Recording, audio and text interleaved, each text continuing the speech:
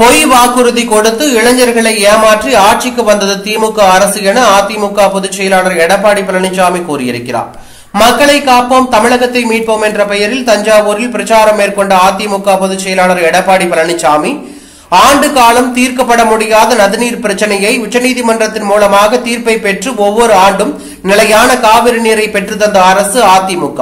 2011 முதல் 2021 வரை தமிழ்நாட்டில் 21 அரசு மருத்துவக் கல்லூரி திறந்து வைத்து இந்திய அளவில் அதிமுக வரலாற்று சாதனை படைத்துள்ளது. திமுக ஆட்சிக்கு வந்ததும் 5.5 லட்சம் பேருக்கு அரசின் மூலமாக வேலை வாய்ப்பை பெற்றுத் தருவதாக திட்டமிட்டு பொய் பேசி இளைஞர்களை ஏமாற்றி வந்த அரசு திமுக. அதிமுகவின் கொள்கை நிரந்தரமானது. கொள்கை வேறு, கூட்டணி வேறு. அதிமுகவிற்கு கொள்கை என்பது எப்பொழுதும் நிரந்தரமானது. எந்த சூழ்நிலையிலும் கொள்கையை நாங்கள் விட்டுக் கொடுக்கவே மாட்டோம். திமுக ஆட்சியில் திட்டங்களை சொல்ல 4 துறைகளில் செயலாளர்களை நியமித்திருக்கிறார்கள். கேட்கவே வெட்கமாக இல்லையா? அதிலும் பச்சை பொய் சொல்கிறார்கள். அதிமுக ஆட்சி வந்ததும் விசாரணை நடத்தப்படும். இந்த தேர்தலோடு கருணாநிதி குடும்பத்திற்கு முற்றுப்புள்ளி வைக்கப்படும். திமுகவில் குடும்ப உறுப்பினர்கள் மட்டுமே தலைவர் பதவிக்கு வர முடியும். ஆனால் அதிமுகவில் அப்படி இல்லை. கிளை செயலாளர் கூட பொதுச் செயலாளர் பதவிக்கும் வரலாம். வாரிசு அரசியல் தேவையா? திமுகவை பொறுத்தவரை குடும்பத்திற்கு மட்டும்தான் அனைத்து உரிமையும், கட்சியில் உழைப்பவனுக்கு அல்ல.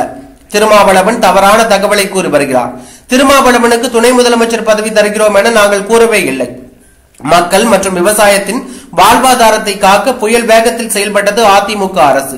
திமுக ஆட்சியில் நிறைய திட்டங்கள் வரும், வருவாயை உயர்த்துவோம் என்று சொன்னார்கள். ஆனால் நிபுணர்கள் குழு அமைத்த பிறகு கடன் வாங்கியது மட்டும்தான் மிச்சம் என்று அவர் கூறியுள்ளது பரபரப்பை ஏற்படுத்தியுள்ளது.